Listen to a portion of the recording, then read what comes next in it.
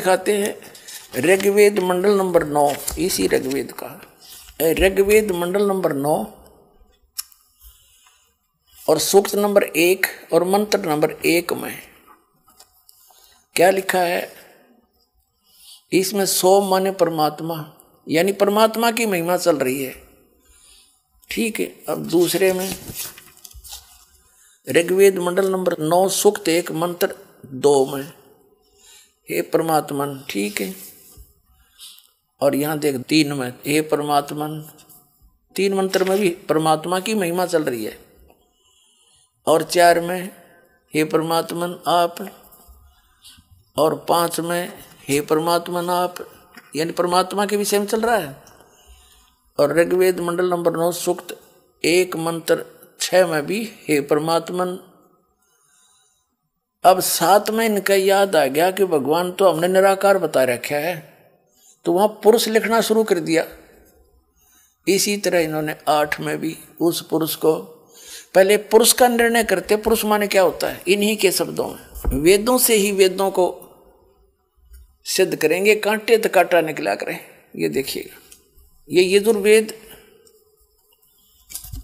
इन्हीं विद्वानों के अनुवादित हैं जो परमात्मा को निराकार बताते हैं। सर्वदेशी कार्य प्रतिनिधि सभा 2/5 दानंद भवन रामलीला मैदान नई दिल्ली से। ये आर्य भाषा है। मुद्रक के Prince offset printer 1510 Pataudi house Daryaganj नई दिल्ली। इस यजुर्वेद का 40वां अध्याय अंतिम अध्याय है और इसका 17वां मंत्र 40वें अध्याय का अंतिम मंत्र है। ये 44वां अध्याय 40वां अध्याय। इसके 15 में तो जो वेद ज्ञान दाता अपने विषय में बताता है कि वायु अनिलम अमृतम अथिदम बसमांतम शरीरम ओम करतो समर कलबे समर करतुम समर। वेद ज्ञान दाता कहता कि मेरा एक ओम नाम है, इसको काम करते करते सिमरण करो, विशेष कसक के साथ सिमरण करो, मनुष्य जीवन का मूल कर्तव्य जानकर सिमरण करो। तो वायु अनिलम अमृतम अथिदम बसमांतम शरीरम, शरीर छोड़ने तक इसकी साधना करने से जो इससे अमृतो प्राप्त हो सकता ओम से, वो आपको मिल जाएगा। यहाँ देखिएगा, अब ये है 44वां अध्याय का 40वें अध्याय का 17वां श्लोक। इसमें इन्होंने वेद ज्ञान दाता कह रहा है ब्रह्म, हे मनुष्यो, जिस ज्योति स्वरूप रक्षक मुझ से अविनाशी यथार्थ कारण के आच्छादित मुख के तुल्य उत्तम अंग का प्रकाश किया जाता है, जो वह प्राण व सूर्य मंडल में पूर्ण परमात्मा है। पुरुष माने पूर्ण परमात्मा है। वह तो प्रोक्ष रूप है, वो तो गुप्त है। अरे हम मैं ब्रह्म हूँ, खम ऊपर दिव्य आकाश रूपी ब्रह्म लोक में रहता हूँ और मेरा ओम नाम है। ऐसा ओम नाम जानो, ये लिखना था ऐसा के। अब सिद्ध हो गया कि पुरुष जहां पर लिखा है उसका अर्थ है पूर्ण परमात्मा, महर्षि दयानंद के शब्दों में। हम फिर ऋग्वेद पर आगे यजुर्वेद रख दिया। ये ऋग्वेद पर आगे हम यजुर्वेद रख दिया। ये देखिएगा, ये वही है।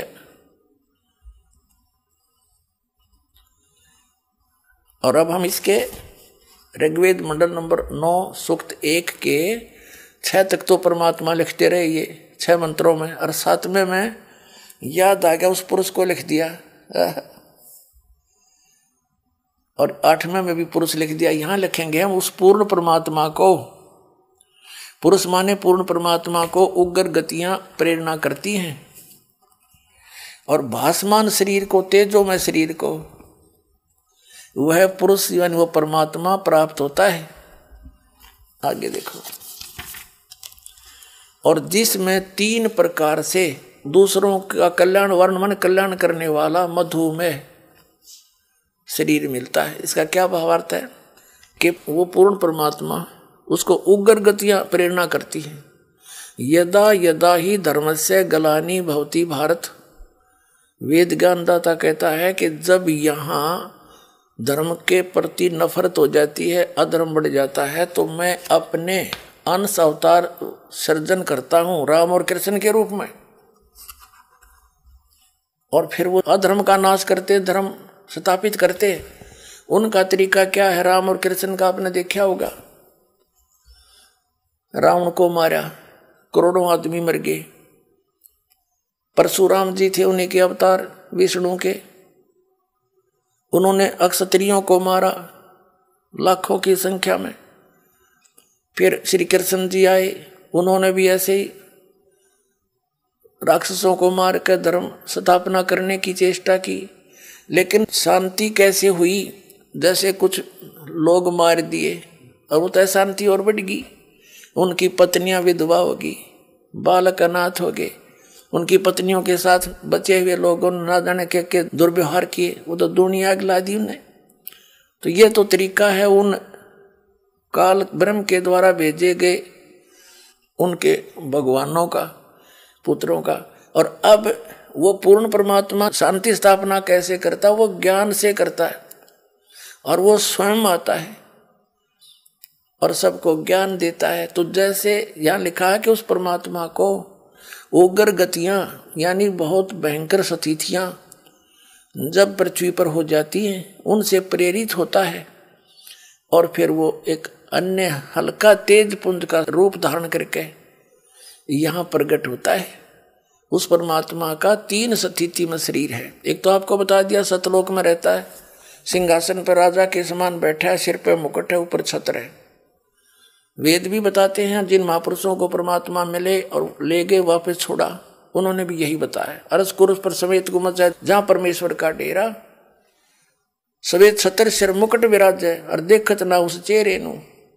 एक स्थिति वहां रहते हैं उनके, जो सतलोक में रहता परमात्मा सिंहासन पर बैठे राजा के समान, उनके एक रोमकूप में करोड़ सूर्य मिला दे, करोड़ चंद्रमा, इतना तेज है। उस रूप में न्यू का न्यू यहाँ आ जाओ उसी शोभा से, तो हम देख नहीं सकते, हमारी चरम दृष्टि बंद हो जा।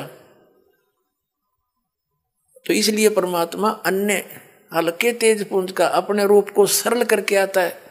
ऋग्वेद मंडल नंबर 9 सूक्त 86 के मंत्र 26 में आपने देखा कि अपने रूप को सरल करता हुआ हल्के तेज पुंज का करके आता। जैसे एक कमरे में 4-5 टाइप की ट्यूब लाग रही हो, 1000 की, एक 500 की, एक 100 की और एक 10 वाट की या 0 की।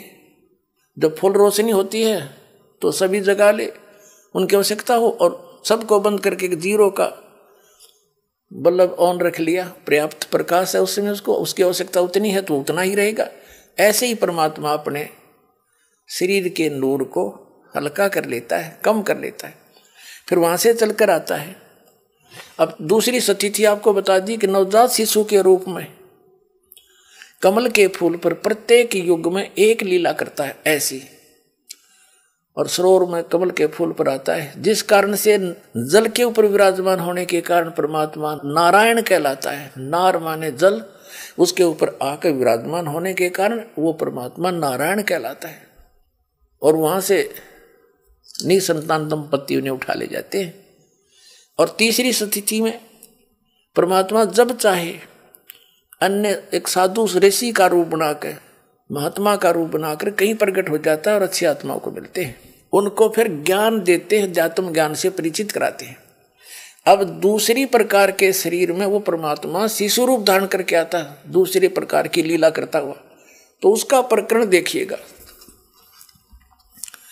जब वो परमात्मा शिशु रूप धारण करके आता है और उसको निसंतान दंपति कमल के फूल से उठा ले जाते हैं, तो उनकी परवरिश की लीला कंवारी गायों द्वारा होती है।